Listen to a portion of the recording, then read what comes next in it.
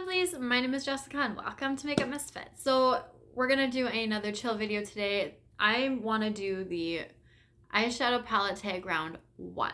Now yes, this is a little bit backwards. I've already done round 2, so that's posted. If you wanted to go check it out, it'll be linked down below, so go do that if you are curious. But I figured let's just stop, back it up a bit, and why not do the first one?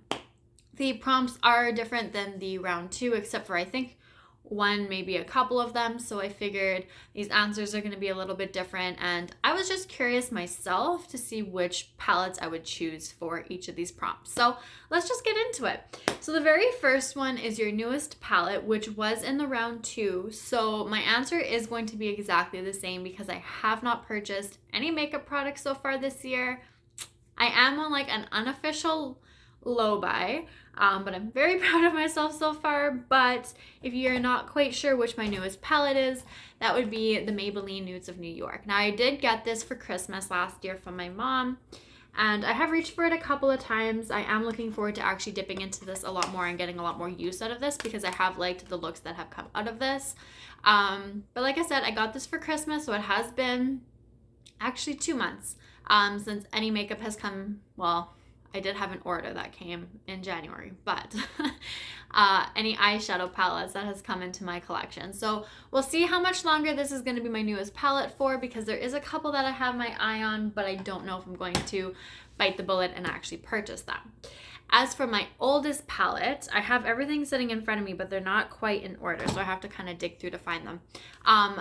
Back to my oldest palette though, this is the one palette that for some reason has still been hanging on. A lot of my older palettes I've decluttered, passed them on to friends, gotten rid of them for one reason or another.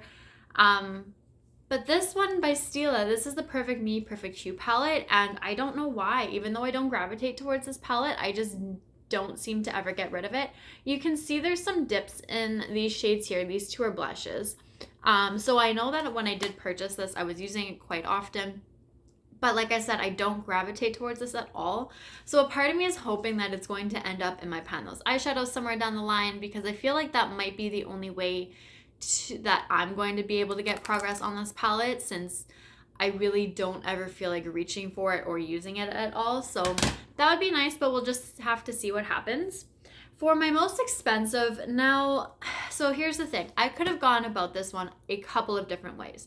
So the palette that I am going to show you was the most expensive based off of how much I actually paid for the palette, not based off of the palette's actual retail value. So I do have a couple Pat McGrath 6-pan palettes. I do have a Natasha Denona mid-size palette. I have a Huda Beauty larger palette.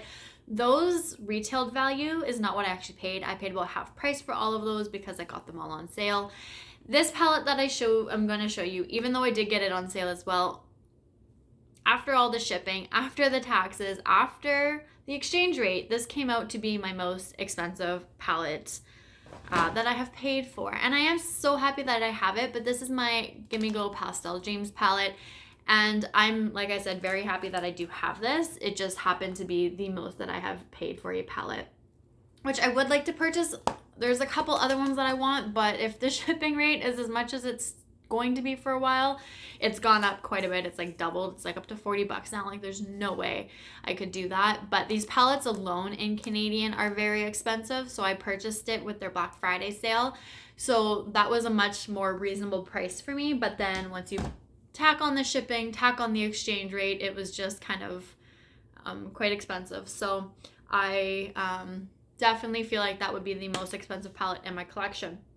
As for the most affordable though, I do have two because they're by the same brand. It's the exact same line, but these are by Essence and these are the new palettes that they've come out with. So this one is Bronze This Way, and then I do have Coral Me Maybe. So these ones in Canadian I think are about $5. And I really don't think that you can get anything cheaper than that. I'm not quite sure about Wet n Wild or any of the e.l.f. ones because I haven't actually like purchased any of them before. But these are definitely the cheapest ones, the most affordable ones in my collection. Now for an everyday palette, I don't really have an everyday palette because the palettes that I've been working with are palettes for my Pan That palette for the last couple of years, and that's just what I've been focusing on, or I reach into a couple different palettes for different projects and stuff like that. But when it comes down to it, especially last year, I got pretty burnt out. I'm trying to find palette while I'm talking to you guys, but oh, it's right here. Last year especially, I got pretty burnt out with reaching for the ABH palettes that I was working on. So I wanted something that was quick, easy, thoughtless, just slap it on my eyes and I know I would get a good look out of it. So one of the palettes that I would reach for when I was feeling that way was this ColourPop Going Coconuts palette. And I feel like this is perfect for every day because it is very neutral. It is very easy. You can see it's a little bit messy, so you know I've definitely used it. But I feel like it's just very simple. I would always reach for, I don't want to blind you, I'd always reach for like this shade and one of these two and a couple of these darker ones just to like give it a little something, but I never really had to think about what I was doing. And for me, I feel like that's a good everyday palette because if I'm not in the mood to create a good eye look, then I could just throw a one and done shadow on or just something a little bit more if I wanted some dimension. And I just feel like neutral palettes in general for me are good everyday palettes, so that's why I chose this one. So for my most colorful one, now I could have again gone a few different ways with this. So I have palettes that are half neutral, half colorful. I have palettes that are all colorful. But the way that I went was based off of like the vibrancy of the shades. So I'll show you what I mean in a second, but this is the Violet Voss Care Bearers palette. So I chose this as my most colorful because you can see just how beautiful and bright those shades are, even though this is only a 6-pan palette. So I did bring this one out as well because I was debating it at first, but this is the Pastels by Beauty Bay, and it is an 8-pan, but you can tell that the colors are a lot more muted, even though they are still very colorful. But if you're going to compare the two, which I'm going to try and not break any of the shadows, you can see that color-wise, vibrancy-wise, this palette beats this one out, even though this one is a larger palette, has more pans. So that's why I ended up going with this palette instead of a larger palette. My smallest palette, this thing is so cute. I'm pretty sure, like this was newer to my collection. I got this, I want to say in November, but this is by Lorac and this is their Winter Rose one. I feel like this one came out for holiday. I know there's one that's very similar in the color story, but this is the first Lorac palette that I have. So I'm really excited to try it. And I really like the size of this. I feel like if I enjoy this formula and this palette, then there's a possibility that somewhere down the line I may purchase another one. But I really do like these tiny little palettes. I think they're cute. My biggest palette, this one was pretty easy.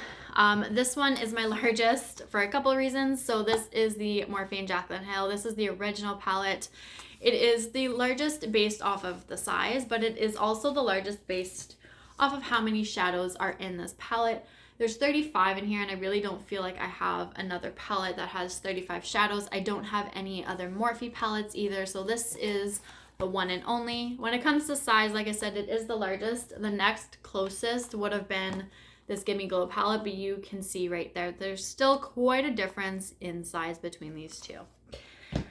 So my best memory palette, I didn't even really have to think much of this just because I went straight for this Lizzie McGuire and ColourPop palette. Lizzie McGuire is the memory. Lizzie McGuire is like my childhood. If you haven't heard me talk about this palette yet, I've mentioned it all before, but the movie, the TV show, everything about this, I grew up with Lizzie McGuire. I absolutely loved it. Still do. But if you want to tie it to like a physical memory with like friends and family and stuff like that, the Lizzie McGuire movie, me and one of my friends back in, I think we were going, was it grade 6 to grade 7 or either grade 7 to grade 8? And we like binge watched this movie. We would go in her pool in the summer and like the little catwalk, like when she was pretending to be a model or whatever it was, and like they had all like the fancy music from Italy. It was like we would just do those moves in the pool, and it was just so much fun. So Lizzie McGuire is always gonna have a special place in my heart. And like I had said in one of my other videos, I think it was the other tag video, to me it doesn't matter if it's ColourPop or if it's any other brand. If it's Lizzie McGuire, I feel like I need it because that's just so nostalgic to me and I absolutely love it. So a palette that I feel is worth the hype, I'm actually going to show you guys this by BH. So this is their Sweet Shop collection, and this one is in Sugar Cone. So this is just their neutral palette. And I had heard so many reviews on this whole Sweet Shop collection and just how good their formula was compared to what it used to be. I don't have any other BH palettes. I did have a couple, but I got rid of them. All of the ones that I did have, though, I think I for sure had two. I got at Winners, and I just was never impressed, or I never really liked the formula. I just thought that it wasn't very good. It wasn't what I liked. So when I was listening and watching all of the reviews on this palette and this collection, I was very, very intrigued. So I decided that I wanted to try one. I wanted to purchase one. There was a couple of the colorful ones that I wanted as well, but they were so difficult to get at the time. They were selling out so fast. So I got the neutral one because for me, it was just much easier to purchase this one and try out the formula, and instead of having like a bunch of colorful shades that I may not like later on. And B, this was one of the only ones that was left. So there was this one and two of the colorful ones. So I went for the neutral, just made more sense to me. And let me tell you, it is definitely worth the hype. These palettes, I still want a couple of the colorful ones, but I don't even know if you can get them anymore, which is kind of sad, but I would absolutely love to still get at least one or two. I know there was an orange one that I wanted, and maybe they're like cotton candy, they're pink and purple one. But regardless, these palettes, I'm so happy that they actually came out with these and that the formula is as good as they are. If you were never able to try this, I don't know what their other palettes are like, their little travel palettes. I've heard they're just as good. But this is all that I have. This is all that I've tried, but this palette is definitely, definitely worth it. And one that's not worth the hype. So this palette specifically I bought because of the hype of the rest of her mini palettes. So this palette is the Natasha Denona Mini Lila palette, or Mini Lila palette, however you wanted to say it. This one specifically has had a bunch of mixed reviews, but the mini palettes in general are what has like the hype, and that's why I wanted to try this one out. It was like discounted, so that's why I picked up this one opposed to the other ones. Plus, not a lot of the color stories really gravitate towards me. This one does but doesn't at the same time, but I figured for a few dollars I would try this one out.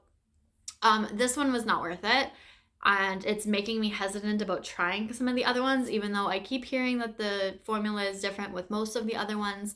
I'm still very like, not afraid, but just like nervous to actually like spend the money and buy one of these palettes. So we shall see later on, but for me, this palette was not worth the hype. It was not worth the hype for the rest of the mini palettes, and if I could go back, I probably would not purchase that one.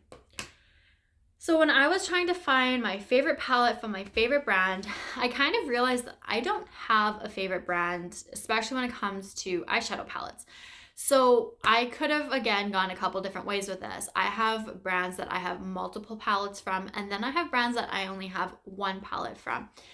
If I was to go with a brand that I have multiple palettes from, it would have been either a Tarte palette or a Too Faced palette, and neither of those brands are my favorite. So I didn't want to do that.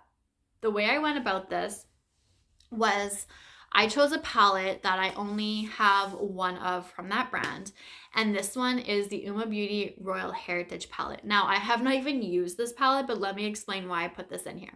So Uma Beauty has come out with a few different palettes, but none of the color stories ever really grabbed me enough to want to purchase them until I saw this one come out. The Carnival one was pretty, but there was too many dark shades in there for me. I have hooded eyes. I'm not a fan of dark colored mattes or dark shimmers. Like, they kind of intimidate me. So this one, I knew that I would want to reach into every single shade in this palette.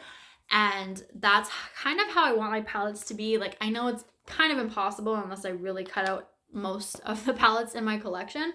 But this is why I ended up choosing this one, because out of all of the palettes from this brand, this is the one that I felt the most gravitated towards, the most that I really wanted to use, the most that I would have the most use out of, because I didn't want to purchase a palette that I was only going to dip into like 3 or 4 shades.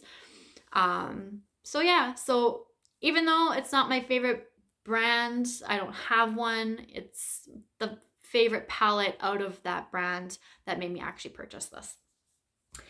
And then last but not least, my most used, this was pretty easy for me, but there's two in this category just because they've been used the exact same amount. So if you know what I was panning last year for my Pan That palette, I have the Soft Glam by ABH and the Norvina palette, and these two have so much use on them.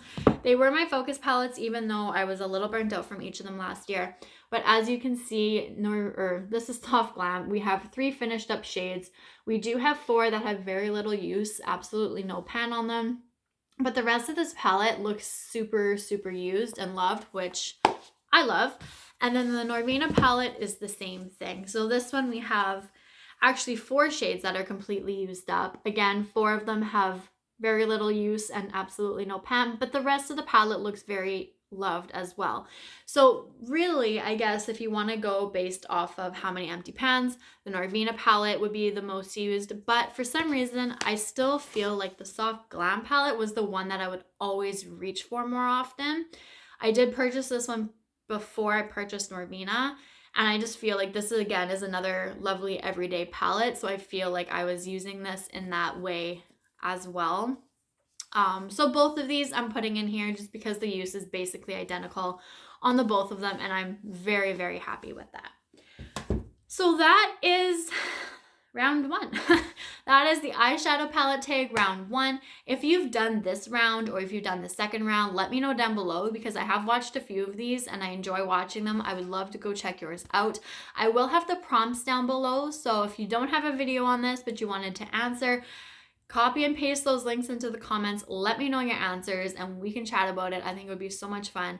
And yeah, I really enjoy this. I think it's kind of fun to do these really chill tag videos or just videos in general. It's kind of a nice little break from all the panning content on here.